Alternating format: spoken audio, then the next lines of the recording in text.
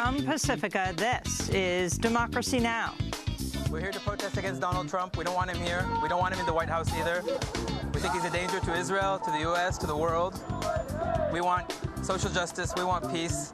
Everything that Donald Trump stands against, we stand for, and vice versa. That's why we're sending a message to the Israeli people and to the American people that he's not wanted. Palestinians across the West Bank and Gaza launch a general strike to protest President Trump's visit to Israel and Palestine. Meanwhile, Trump vowed to do whatever necessary to broker peace between Israel and the Palestinians, but offered few specifics. We'll go to Jerusalem to speak with Nathan Thrall, author of the book The Only Language They Understand, Forcing Compromise in Israel and Palestine. Then to New Orleans, where the city removed the last of 4 Confederate statues in recent weeks. To literally put the Confederacy on a pedestal in our most prominent places in honor is an inaccurate recitation of our full past, is an affront to our present, and it is a bad prescription for our future. White nationalists have staged a series of protests and issued threats amidst the memorial's removals. We'll speak with Malcolm Suber, co-founder of Take 'Em Down NOLA. And in a partial victory for the Haitian-American community, the Department of Homeland Security extends temporary protective status for tens of thousands of Haitians who fled their country after the devastating 2010 earthquake. Over 50,000 Haitians, some who have been living in the U.S. for an average of 7.5 to 15 years, who have made their lives here, built their families, their homes, and businesses here, are facing deportation to Haiti. So Haiti, as we know, is not equipped and ready to absorb all these refugees. As Haitians say the extension should be longer, we'll speak with New York City Council member Jumaane Williams, who represents one of the largest populations of Haitians in the United States. All that and more coming up.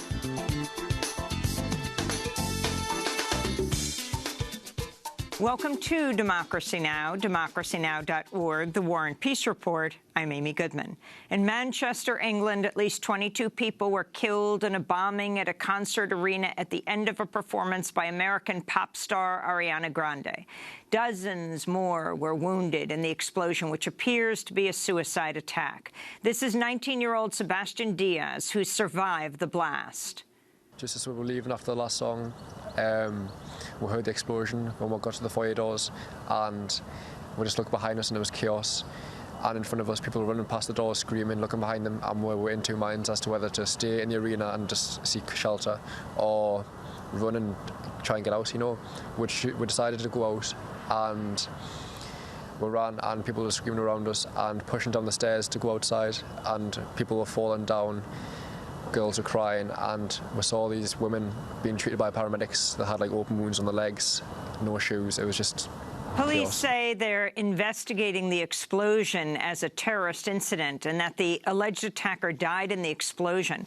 This morning on Twitter, ISIS claimed responsibility for the attack. British Prime Minister Theresa May says the police know the identity of the alleged attacker, but he or she has not been named. A second person, who's also not been named, has been arrested in connection with the bombing. Authorities have named the first of the 22 victims, 18-year-old Georgina Bethany Callender from Lancashire. While speaking in the town of Bethlehem in the Israeli-occupied West Bank today, President Trump condemned the Manchester bombing. I extend my deepest condolences to those so terribly injured in this terrorist attack, and to the many killed and the families, so many families, of the victims. We stand in absolute solidarity with the people of the United Kingdom. So many young, beautiful, innocent people living and enjoying their lives murdered by evil losers in life. That's President Trump speaking after he met with Palestinian leader Mahmoud Abbas in the West Bank today as part of his 2-day trip to Israel and Palestine. Palestinians across the West Bank and Gaza launched a general strike Monday to protest President Trump's visit and to show solidarity with Palestinian prisoners currently on hunger strike in Israeli jails. This is Rufa Abu-Jazar in Gaza. This protest comes as a response to the head of terrorism, Trump, and a response to whoever protects the head of terrorism, who describes the resistance of our people to defend their land and resisting against the murderers of their children as terrorism.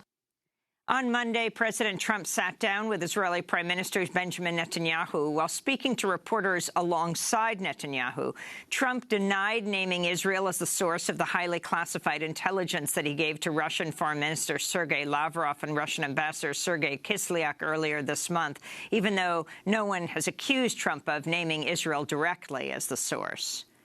Just so you understand, I never mentioned the word or the name Israel. Never mentioned it during that conversation. They were all saying I did. So you had to know the story wrong. Never mentioned the word Israel. President Trump also implied Israel was not located in the Middle East while speaking just before meeting with the Israeli President Reuven Rivlin. As you know, Rex, Secretary of State, has done an incredible job. We just got back from the Middle East. We just got back to Saudi Arabia, and we were treated incredibly well. As Trump made the comment, Israeli ambassador to the United States, Ron Dermer, can be seen burying his face in his hand. Also on Monday, Trump became the first sitting U.S. president to visit the Western Wall in the Old City of Jerusalem, land that was seized from the Palestinians by the Israeli military during the Six-Day War in 1967. Tonight, Trump is flying to the Vatican, where he's slated to meet with Pope Francis Wednesday. We'll have more on Trump's visit to Israel and Palestine after headlines. CNN is reporting President Trump asked the Director of National Intelligence, Dan Coats, and National Security Agency Director Michael Rogers to publicly state President Trump's campaign did not collude with Russia to allegedly influence the 2016 election. According to CNN, the request came after former FBI Director James Comey publicly confirmed in March the FBI was investigating possible collusion between the Trump campaign and Russian officials. Both Director of National Intelligence Dan Coats and National Security Agency Director Michael Rogers refused to comply with Trump's demand, which they reportedly found inappropriate. Meanwhile, former National Security Advisor General Michael Flynn says he'll invoke his Fifth Amendment rights rather than comply with a subpoena compelling him to testify to the Senate Intelligence Committee as part of an investigation into whether Trump campaign officials colluded with Russia to allegedly influence the 2016 election. Top committee lawmakers say they may hold Flynn in contempt of Congress if he pleads the Fifth, which protects citizens from being forced to incriminate themselves. During the campaign trail, Donald Trump blasted people who take the Fifth. You see, the mob takes the Fifth. If you're innocent, why are you taking the Fifth Amendment? Meanwhile, top Democrats on the House Oversight Committee have accused Flynn of lying to Pentagon investigators last year when he applied for a renewal of his security clearances. In a letter released Monday, the lawmakers say Flynn told the Pentagon he had not received any money from foreign companies when, in fact, only 2 months earlier he'd received more than $45,000 in speaking fees from the Russian television network RT. It's a felony to lie to federal investigators. Flynn's also been accused of not properly registering as a lobbyist for the Turkish government last year, which is another felony. President Trump's unveiling a $4.1 trillion budget today. The plan includes massive cuts to social programs while calling for historic increases in military spending. The budget proposes to slash $800 billion from Medicaid, nearly $200 billion from nutritional assistance programs, such as food stamps and Meals on Wheels, and more than $72 billion from disability benefits. The plan would also completely eliminate some student loan programs. It would ban undocumented immigrants from receiving support through some programs for families with children, including the child care tax credit. In a rare proposed benefit for families, the budget allocates $19 billion for 6 weeks of paid parental leave for new families, a project that's been spearheaded by his daughter and senior White House advisor Ivanka Trump. The budget also calls for an historic 10% increase in military spending and another $2.6 billion to further militarize the U.S.-Mexico border, including $1.6 $1.6 billion to build Trump's border wall. The budget projects 3% economic growth, which economists say is widely unrealistic. Unlike previous presidents, Trump is unveiling his proposed budget while he's abroad, currently spending the day in Israel and Palestine before he heads to the Vatican tonight. David Stockman, former budget director for President Ronald Reagan, said, quote, "This budget is dead before arrival, so he might as well be out of town," unquote. In a partial victory for the Haitian-American community, the Department of Homeland Security announced Monday it's extended Haitians' temporary protected status, or TPS. Tens of thousands of Haitians were given TPS after an earthquake devastated their country in 2010. The new extension will allow them to continue to legally reside and work in the U.S. for the time being. Immigrants' rights advocates cautiously welcome the decision, but voice concern DHS failed to extend TPS for the usual 18-month increment, leading some to wonder if this is a precursor to mass deportations. We'll have more on Haitians' temporary protected status later in the broadcast. In Kashmir, protests erupted today amidst news that an Indian military officer has received an award from the Indian Army after the officer reportedly ordered his soldiers to tie a Kashmiri civilian to an army jeep and parade his body through the streets the last month. Viral video of the incident shows Farooq Ahmad Dar strapped to the front of the moving military jeep. Army officials say the military officer decided to use the civilian's body as a human shield against Kashmiris who were throwing stones. The videos sparked widespread protests against the Indian military and demands for independence. In Colombia, major protests and strikes continue for a seventh straight day in the port city of Buenaventura as residents demonstrate against widespread violence in the region and a lack of basic services. The government's launched an increasingly violent crackdown against protesters, killing at least one demonstrator and injuring dozens more, including children. Despite the crackdown, tens of thousands of people took to the streets of Buenaventura over the weekend. The National Afro-Colombian Peace Council says residents of the region are living through a humanitarian crisis with assassinations, kidnappings, threats, torture, the targeted killing of community leaders, and mass displacement by extraction projects in the territory. In Mexico, journalists protested Monday in the state of Michoacán to demand authorities do more to investigate the disappearance of one of their colleagues, Salvador Adame Pardo, who was kidnapped by gunmen 5 days ago. He's been a journalist for more than 2 decades, is currently the director of the television station 6TV. His kidnapping comes amidst a wave of murders of Mexican journalists. Back in the United States, the Supreme Court's ruled North Carolina lawmakers unconstitutionally gerrymandered 2 congressional districts in order to strip voting power from the African-American community. It's the latest ruling by the Supreme Court finding southern states, including Alabama and Virginia, have engaged in racial gerrymandering in order to concentrate black voters into fewer districts to weaken their voting power. And in Denver, Colorado, 33-year-old Ingrid Encalada La Torre has won a temporary stay of deportation after she sought refuge in a Quaker meeting house to avoid being deported to Peru. She's a mother of 2 U.S.-born children. She's been living in the Quaker meeting house since last December. This is Ingrid Encalada speaking after leaving the church on Saturday. I'm so full of emotion because now finally I'll get to be with my family again. The next 2 months I'm going to be really focused on my court case, but also on engaging Congress people in these issues and raising more of a national conversation about the immigration policies that we have.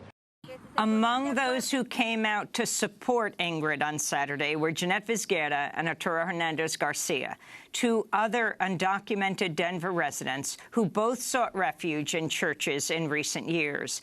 They both won stays of deportation earlier this month.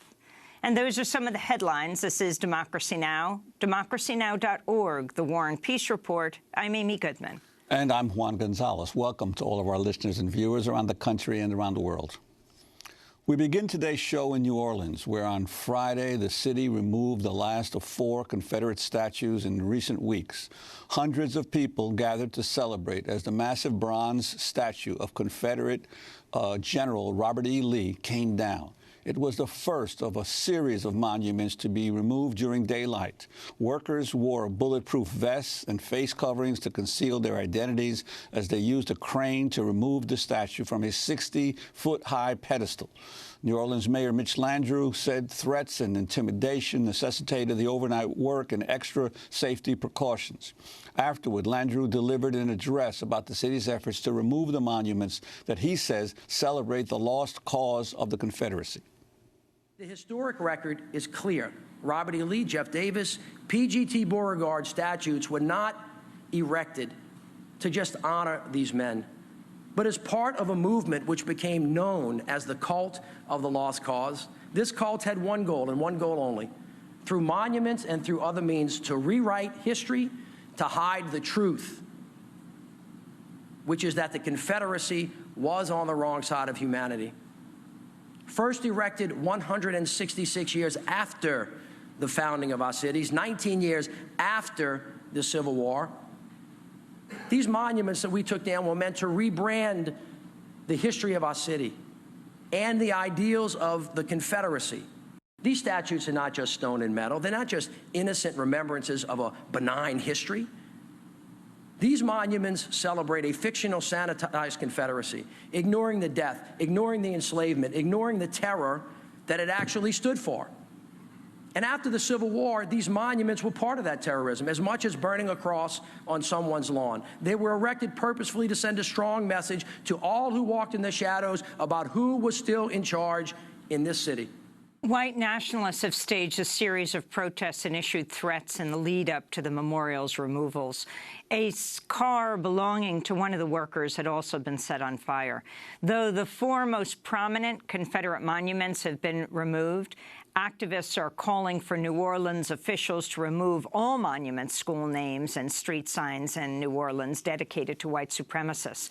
Well, for more, we go to New Orleans, where we're joined by Malcolm Suber, co-founder and coordinator with Take 'Em Down NOLA. Welcome to Democracy Now!, Malcolm. Can you talk about the history of the Take 'Em Down movement and your reaction to these four statues being taken down? Yes. Well, you know, first of all, Take 'Em Down NOLA is a continuation of the decades-long struggle of black people in the city to rid ourselves of the presence of these white supremacy monuments. Take 'Em Down NOLA was founded 2.5 years ago, and in the wake of the Bree Newsom taking down of the Confederate flag in South Carolina, and the shootings in Charleston. And we felt that it was necessary for us to come together and really press the city to step up its efforts or renew our efforts to get rid of these white supremacy monuments. And so just coincidentally, the mayor announced that he wanted to get rid of 4 statues around the same time. And from the very beginning, our position was, we are not satisfied with you just saying that the mayor saying that there would only be 4 statues removed, when we knew, due to our historical research, that there were more than 20 Confederate statues, hundreds of street names, and 30 school names. So in all, there was 130 or 40 Confederate memorials in the city that needed to be removed. And so our position with the mayor has been, if you truly believe that these Confederate memorials are here to terrorize and to remind black people about who is in charge in the city, then you should expand your reach. And as far as we're concerned, we of course welcome these 4 being down, but we've got plenty of work to do, and we're asking the mayor to join us in this effort rather than ask us to be satisfied with these 4. And Malcolm Suber, your reaction to the Louisiana House just passed a bill that would make it more difficult to remove any monuments honoring war heroes, including Confederate monuments. Your reaction to those actions of the legislature and also the threats that have come against the city just for those few monuments that have been removed? Well, you know, we think, of course, the whole history of white supremacist organizations in the South has been one of terrorism. And so even though they don't march in the streets with sheets any longer, they have organized themselves and are still issuing all kinds of threats against myself, against the city officials and everybody else who they can think of. But again, history proceeds, and we are not afraid to challenge these white supremacist institutions.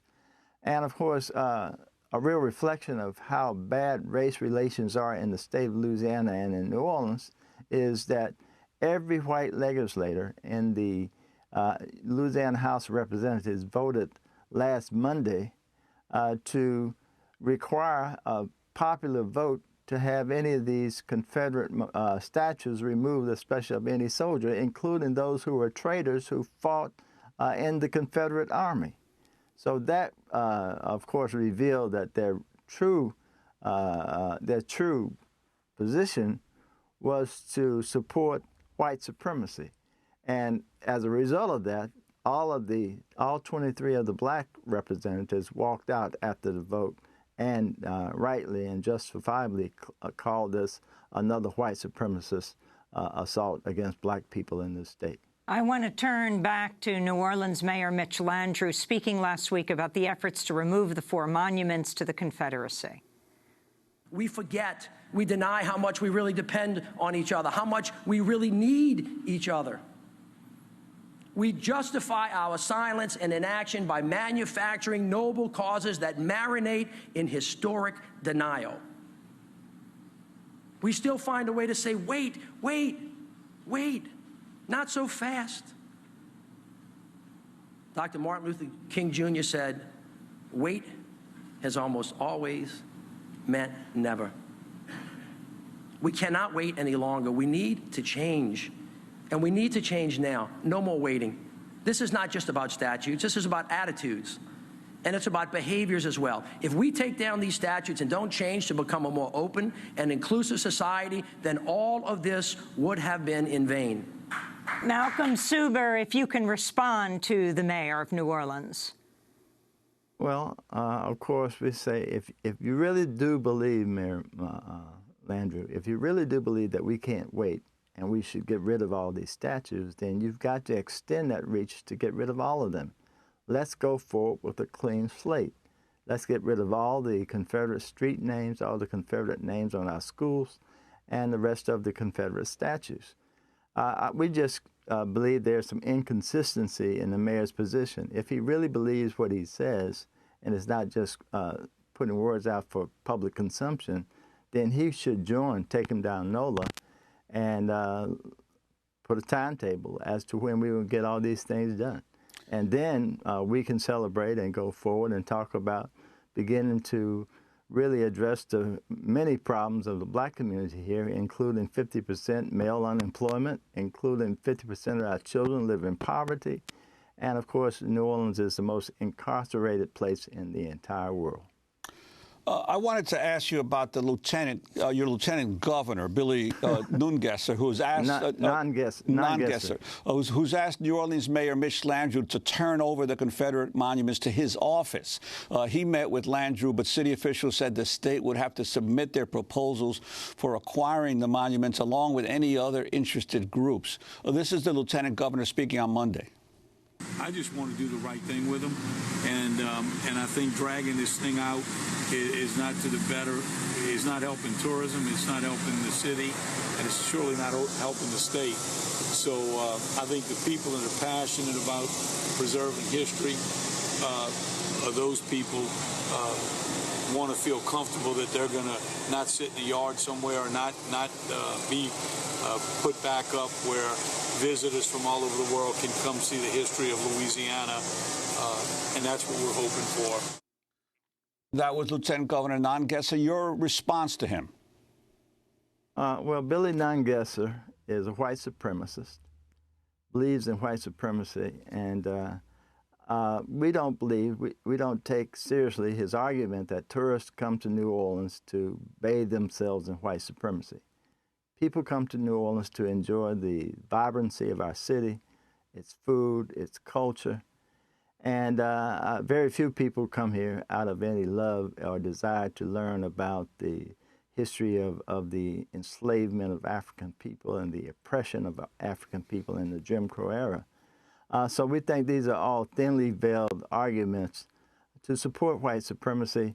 And our position in Take 'em Down NOLA is that not only should these things be removed, but they should be destroyed. We don't think that they should be on public display in any context because, like the mayor said, these things were put up purposely to celebrate white supremacy and the oppression of another people. And we don't think that the city should be going forward, getting ready to celebrate its 300th birthday, that it should be going forward with a clean slate, getting rid of all Confederate monuments. I want to turn to Bryan Stevenson, Executive Director of the Equal Justice Initiative, speaking about the findings of their 2015 report, Lynching in America, Confronting the Legacy of Racial Terror. He called for the placement of historical markers at sites where lynchings occurred. Idea that racial difference can make you a target of violence and terrorism is something that we've been dealing with for a very long time, and I think we just haven't really talked about it. And one of the things we want to do by erecting these markers and monuments is to get communities to begin to reflect more soberly on what this history represents. You go to Germany now and you are forced to deal with the legacy of the Holocaust because there are markers and monuments everywhere. We do the opposite in this country. We celebrate the things, in my judgment, that we probably shouldn't be celebrating. In all of these states, you find Confederate memorials and monuments everywhere dedicated to the people who were defending slavery, trying to preserve slavery, and yet nothing about the pain and anguish and suffering and injustice that those institutions created. So that was Bryan Stevenson of Equal Justice Initiative. He was speaking to us from Montgomery, Alabama on Democracy Now! Malcolm Suber, your response to what Bryan is saying. We agree completely with what Bryan is saying. You know, these memorials all across the South, in every courthouse in every county throughout the South, they've got a Confederate soldiers monument. And they don't teach our kids in schools that these people were indeed traitors. And of course, the United States made some fundamental errors after Reconstruction. First of all, the battle flags and these traitors should not have been allowed to participate in the politics of this country. And because of that legacy, instead of doing as they have done in Germany and outlawing all these things that are reminders of enslavement of African people, they celebrate it. And as long as they celebrate it, they won't ever understand that these things are daily insults to African people and to our allies, and that they must be gotten rid of if we're going to move forward on the basis of freedom and equality. Malcolm Suber, we want to thank you for being with us, co-founder and coordinator with Take 'em Down NOLA. This is Democracy Now! When we come back, we go to Jerusalem. Stay with us. Double read this face. Hold my hand in error.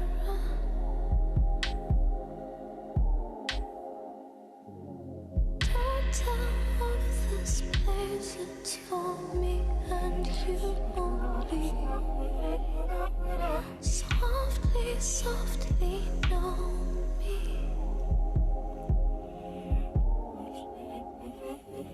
Don't read this face.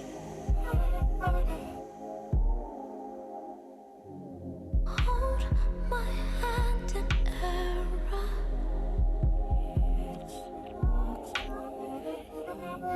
Don't tell of this place, it's for me and you only.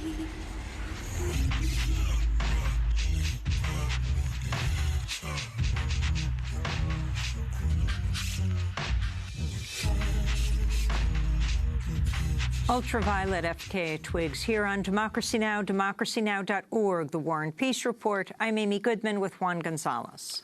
Well, ISIS has claimed responsibility for an attack on a concert arena in Manchester, England, Monday night that killed 22 people. Meanwhile, President Trump has arrived in Bethlehem as he continues his two-day visit to Israel as part of his first trip abroad as president. On Monday, Trump placed a note in the ancient stones of Jerusalem's Western Wall and met Israeli leaders. He vowed to do whatever is necessary to broker peace between Israelis and the Palestinians and called a peace accord the ultimate deal, but offered few specifics. I believe that a new level of partnership is possible and will happen, one that will bring greater safety to this region, greater security to the United States, and greater prosperity to the world. This includes a renewed effort at peace between the Israelis and the Palestinians. And I thank the Prime Minister for his commitment to pursuing the peace process. He's working very hard at it. It's not easy. I've heard it's one of the toughest deals of all, but I have a feeling that we're going to get there eventually. I hope. During a meeting with Israeli leaders, Trump appeared to generate discomfort in the room when he mentioned his stop in Saudi Arabia and implied Israel is not located in the Middle East. As you know, Rex, Secretary of State, has done an incredible job. We just got back from the Middle East. We just got back to Saudi Arabia, and we were treated incredibly well.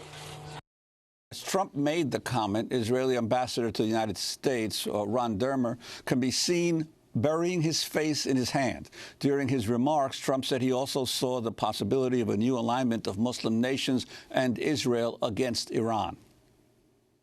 These leaders voiced concerns we all share about ISIS, about Iran's rising ambitions and rolling back its gains, and about the menace of extremism that has spread through too many parts of the Muslim world. I'm encouraged that they pledge cooperation to confront terrorism and the hateful ideology that drives it so hard. During his appearance alongside Israeli Prime Minister Benjamin Netanyahu Monday, Trump also pushed back against reports he disclosed highly classified information to the Russians during his Oval Office meeting with Russian Foreign Minister Sergei Lavrov and Russian Ambassador Sergei Kislyak. Just so you understand, I never mentioned the word or the name Israel. Never mentioned it during that conversation. They were all saying I did.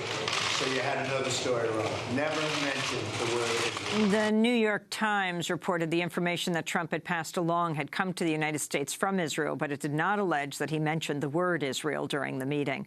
All this comes as Palestinians across the West Bank and Gaza launched a general strike Monday to protest Trump's visit to Israel and Palestine and to show solidarity with Palestinian hunger strikers in Israeli jails. This is Rif Abu Jazzar in Gaza.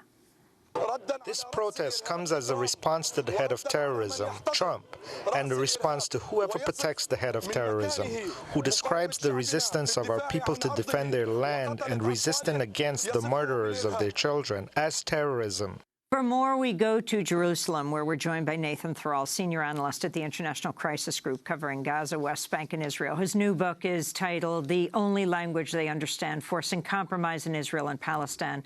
Nathan Thrall, welcome back to Democracy Now! Can you talk about the significance of President Trump's trip to both Israel and the occupied territories, and talk about what he has said so far and the response?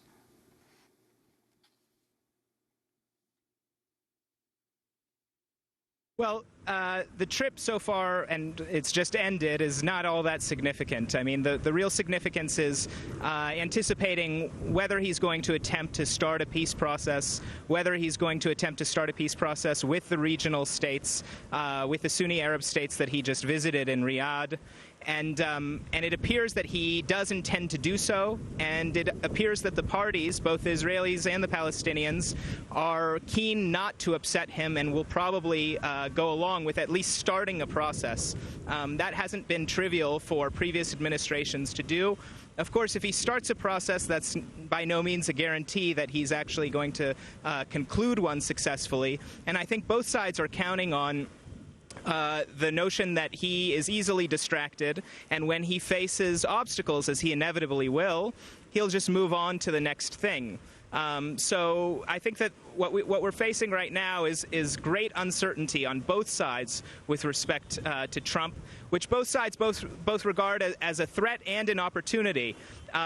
There's a sense that there's real ignorance, both on the part of the president and the team around him, and so much so that each side could potentially take advantage of that ignorance and change or shift U.S. policy in their direction. So everybody's walking on eggshells right now and trying very much not to upset Trump, very uncertain whether he's capable of retaliating against one side if he feels that they are an obstacle to his achieving what appears to be a real priority for him. And the real priority for both sides is to try and stay on Trump's good side for now, without doing anything that's too domestically difficult for each one. Nathan Thrall, I wanted to ask you, clearly Trump is not a conventional American leader as far as the foreign policy establishment is concerned, but you suggested in some of your writings that he's treating the Israeli-Palestinian question as basically a real estate deal, a real estate transaction. Could you talk about that?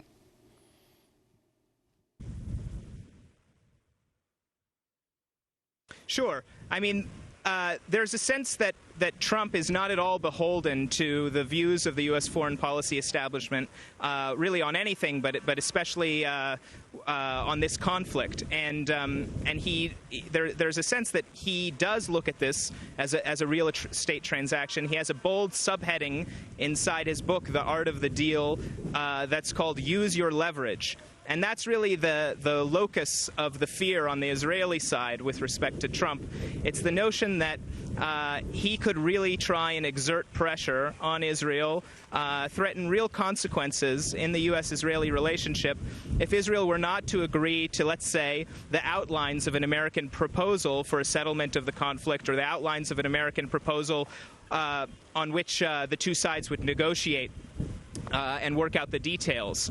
And Trump has, during his campaign, he said some things that were frightening to supporters of Israel. He refused to blame one side for the impasse, and he even refused to back down when he was criticized for refusing to do so. And he does appear to really prioritize this conflict and see it as something that could create a legacy for him. And so the question is, does he intend to use his leverage? Is he capable of using his leverage? And if he is, then we're looking at a totally different Israeli-Palestinian peace process than we've seen in the past. Nathan Thrall, can you talk about who Ronald Lauder is and what his relationship with Donald Trump is around Israel and Palestine?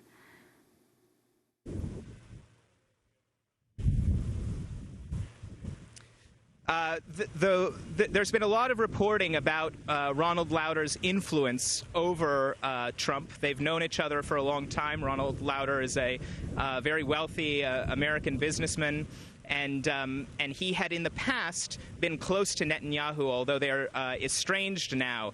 He had been an envoy for Netanyahu in the 90s in negotiating, when Netanyahu was prime minister then, in negotiating with Syria.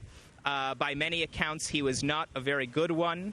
And at this point, he is said to be very influential over Trump on the Israeli-Palestinian conflict. For a couple of years now, he's been going around the region trying to promote his own peacemaking initiative.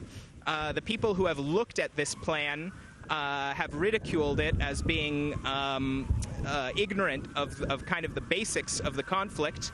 But that's the administration that we're dealing with. Trump has a personal relationship with this man, and he has a plan, and he has a team, and he appears to be telling, if the reporting is correct, he appears to be telling Trump that the Palestinians are ready and willing to make a deal, and that Netanyahu is probably the obstacle.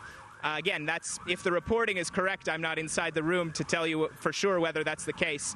But if so, I think that's very troubling to the Israelis. At the same time, there are real limits on how much of a role Lauder can play if Netanyahu refuses to deal with him. In a recent article you wrote for The Guardian, you said, and I'm quoting, the real explanation for past decades of failed peace negotiations is not mistaken tactics or imperfect circumstances, but that no strategy can succeed if it is premised on Israel behaving irrationally. What did you mean by that?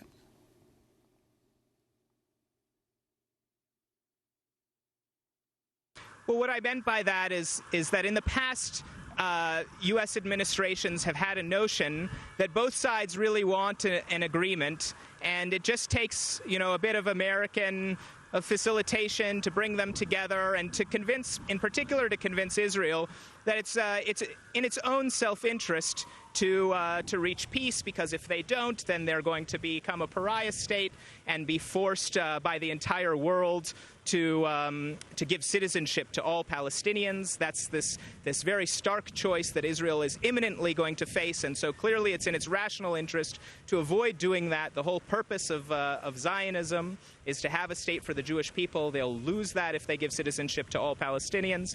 And this is the conventional wisdom among American commentators and inside the U.S. government.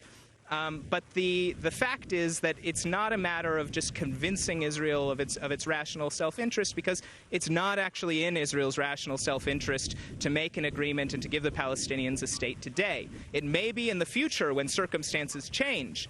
But today, any prime minister would be crazy to make peace with the Palestinians now without being forced to.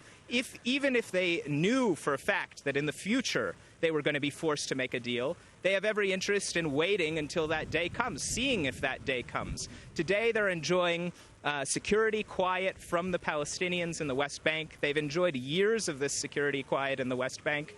And they have full security control. Their forces are on the border with Jordan, and they have very little to gain when they're going to pull out tens of thousands of their own citizens, cause enormous domestic upheaval.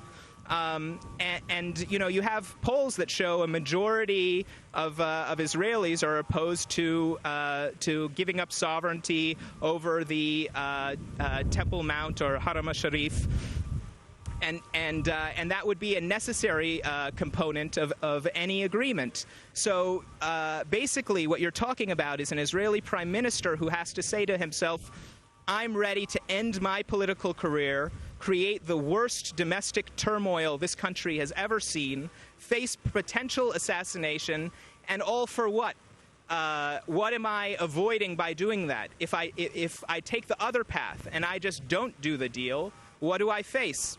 I face a very comfortable situation that I have today. Nathan Thrall, what about the Palestinian hunger strike, this major strike that's going on in Israeli jails? Talk about what it's about and its connection to Trump's visit right now.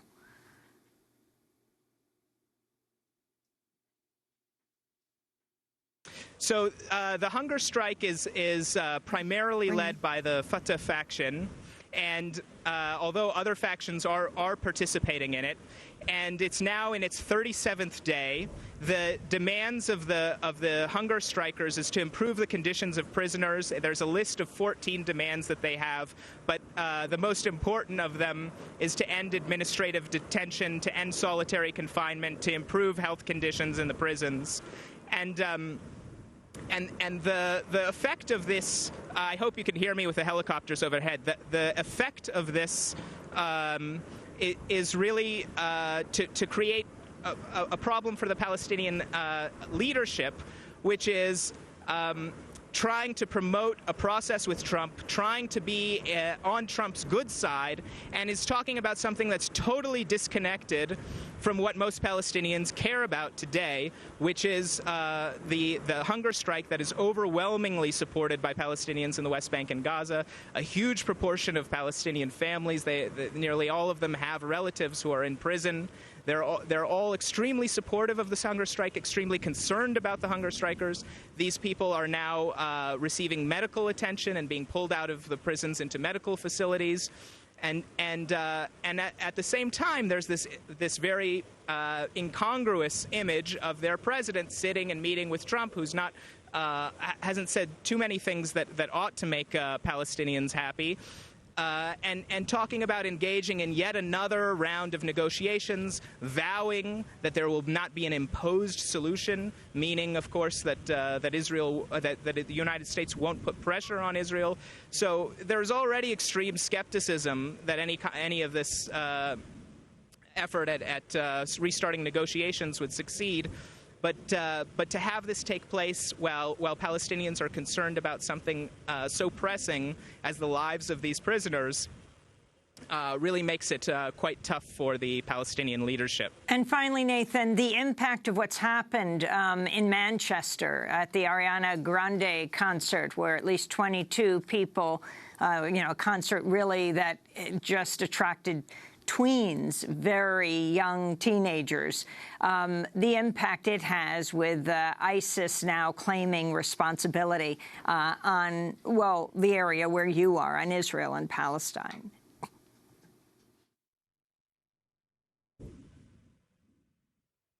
Well, the primary impact, I think, is that it makes things harder for the Palestinians, because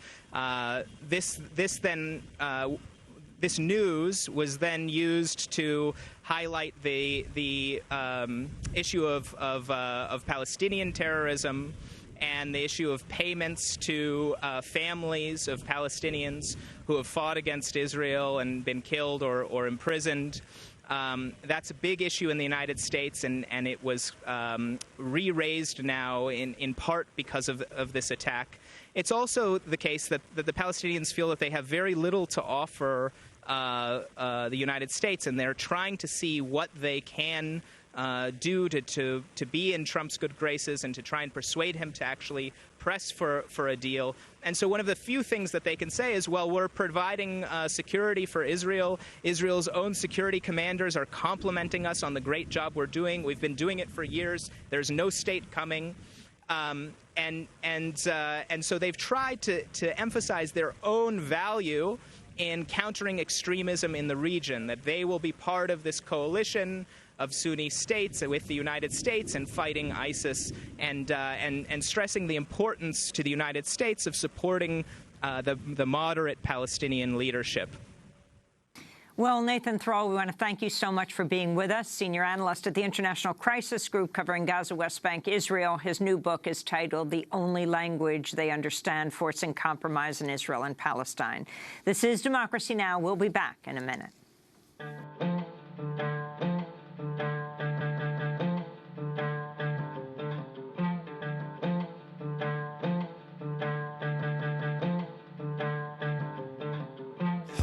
سلاد شيبس بتساد بالنسبة إلكم هذا هو الدوكي يوم حيماني مع فيد بامي سعدا سرامي بناي فجأة الدوكي يوم بقلبي يوم ديموغرافي أنا مش بوليتي أنا مش بوليتي أنا مش بوليتي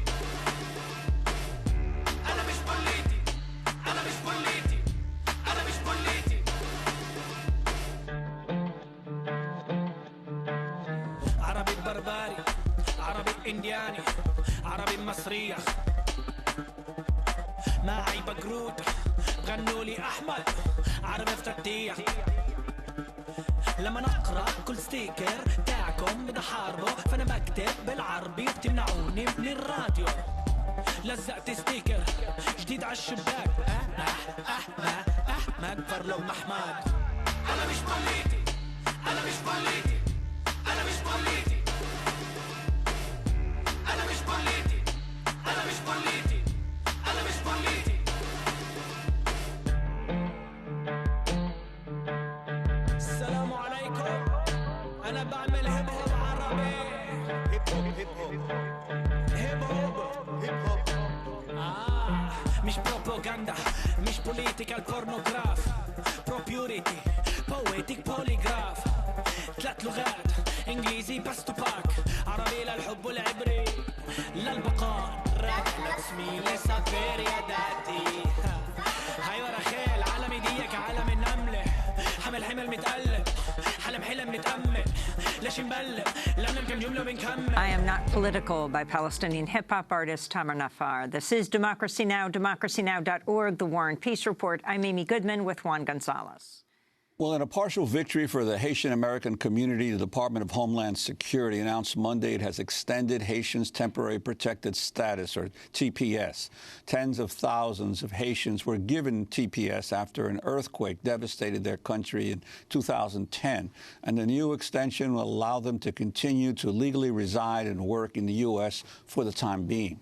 Immigrant rights advocates cautiously welcomed the decision, but voiced concern that the Department of Homeland Security failed to extend TPS for the usual 18-month increment, leading some to wonder if this is a precursor to mass deportations. The Haitian Advocacy Working Group tweeted, quote, Haitian #TPS extended for 6 months by Trump administration, but decision foretastes of coming trouble, #deportation. On the campaign trail in September, Donald Trump visited Little Haiti in Miami and vowed to be a champion for the Haitian-American community. Whether you vote for me or you don't vote for me, I really want to be your greatest champion, and I will be your champion, whether you vote for me or not. That was candidate Donald Trump speaking last year in Little Haiti in Florida. If the Trump administration refuses to extend TPS after the 6-month reprieve expires, up to 55,000 Haitians could be forcefully repatriated to their fragile, struggling homeland. Last month, the acting director of U.S. Citizenship and Immigration Services, James McCament, wrote a letter to Homeland Security Secretary John Kelly suggesting the Haitians should be deported as early as January. In the letter, McCament said conditions in Haiti have improved considerably. His conclusion and recommendation contradicts an assessment done by the Obama administration in December. Under Obama, the State Department examined the same circumstances and recommended the Haitians be allowed to remain in the United States. Human rights advocates note Haiti is still reeling from Hurricane Matthew, which in October 2016 destroyed the country's southwest peninsula. The hurricane killed more than 1,000 people and decimated villages and farmland. Haiti's also suffering from a devastating cholera epidemic that erupted after the earthquake. Well, for more, we're joined by Jumaane Williams, New York City Council member for District 45. His district represents one of the largest populations of Haitians in the country in Brooklyn. Welcome back to Democracy Now! Thanks for having Councilman me. Williams, your response to this, yes, it was a stay of deportation or an extension of TPS status, but not all that the Haitians were requesting. Well, you know, I think the expectations of this administration are so low that we have to say, okay, we got something. But in any other circumstances, we really didn't. We expected and hoped to get a lot more. Truth be told, we had concerns under the Obama administration. I don't want people to think we didn't have concerns then. But at least when it came through, it was 18 months. You don't know what to expect. I call him the orange man, with these type of things. And so I'm happy that it's 6 months. But what does that really do when you have to live with a cloud over your head? I think this is really an extension of the assault on immigrant communities and the lack of recognizing the humanity of people. If they need to get a job, and you say you may leave in 6 months, that's hard. You want people to kind of live their life comfortably with their family, but you have a cloud over your head. That's a difficult thing to do. And I don't think anyone that has any real sense of intelligence of what's going on in Haiti, whether it's the earthquake, cholera, or the hurricane, can say it's ready to accept people back right now. Huh. Well, what about that situation? What is the situation now, especially after the hurricane, the most recent major devastation there? Sure. So you remember the pre-earthquake, Haiti was not in a position to be as prosperous as it could have been or should have been. That's a long history that we should discuss one day. Then the earthquake hit, and then cholera. Many believe the UN brought cholera with them. And then the hurricane. And so many of the celebrities and the cameras have left. But the devastation still exists, and there's not a lot that has been done to address those things the way we'd want. And so even though a lot of people have sent money, that's another story itself where the money has gone. But it's in no way ready to receive the people who left for those same reasons. Just imagine it's been exacerbated by those things that we mentioned after the earthquake. Some people are saying that this extension of 6 months instead of the typical 18 months is a chance for Haitians to get their affairs in order. It's a concern. Again, I believe this is just an assault on the immigrant communities, particularly black and brown immigrant communities. 18 months is the usual what we expect.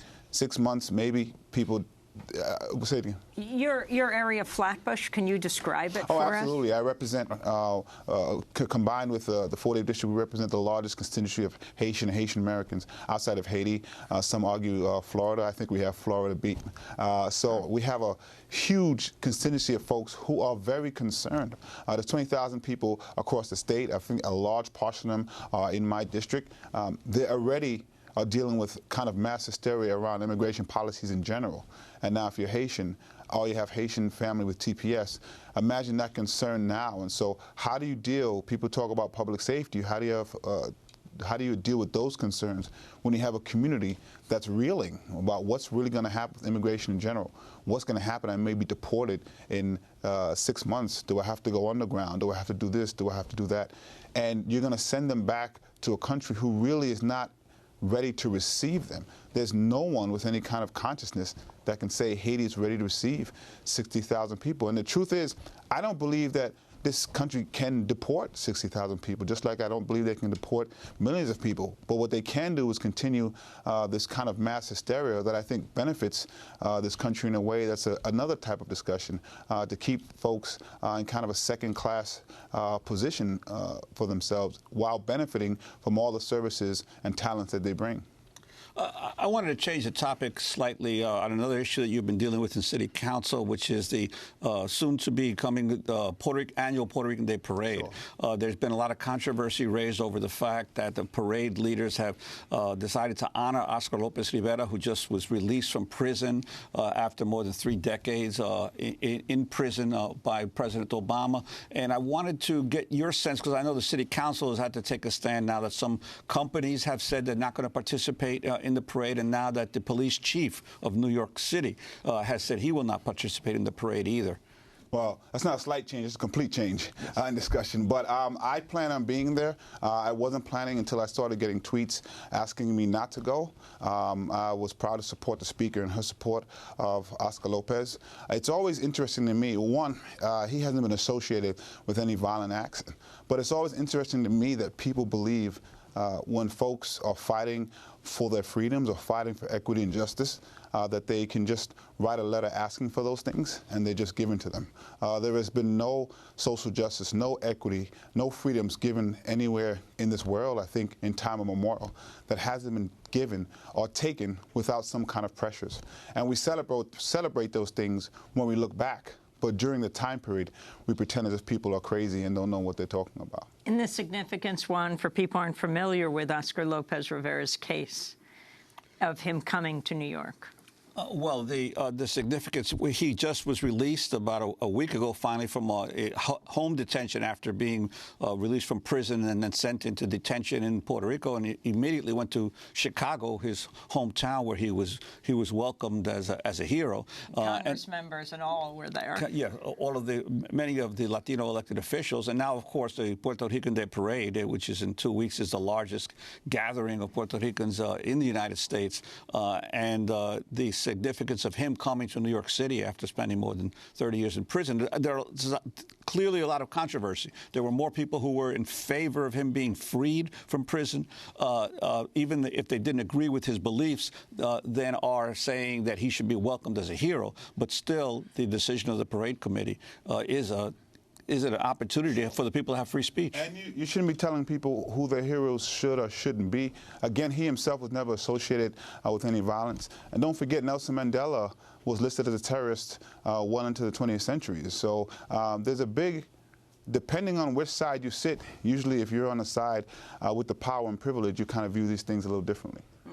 Well, we want to thank you, Jumaane Williams, for being with us, New York City Council member for District 45 in Brooklyn. His district of Flatbush, East Flatbush, represents he says the largest population of Haitians in this country. And that does it for our show. A very happy birthday to Mike DeFilippo and a belated happy birthday to Samin Farkhande. Democracy Now! Is produced by Mike Burke, Dina Guzder, Nimreen Sheikh, Carla Wills, Laura Gottesdiener, Sam Alkoff, John Hamilton, Robbie Karen, Hani Masood, Tarina Nadura, Andre Lewis, Mike DeFilippo, Miguel Noguera, Paul Huckabee, engineers. Special thanks to Becca Staley, Julie Crosby, Hugh Grant. I'm Amy Goodman with Juan Gonzalez.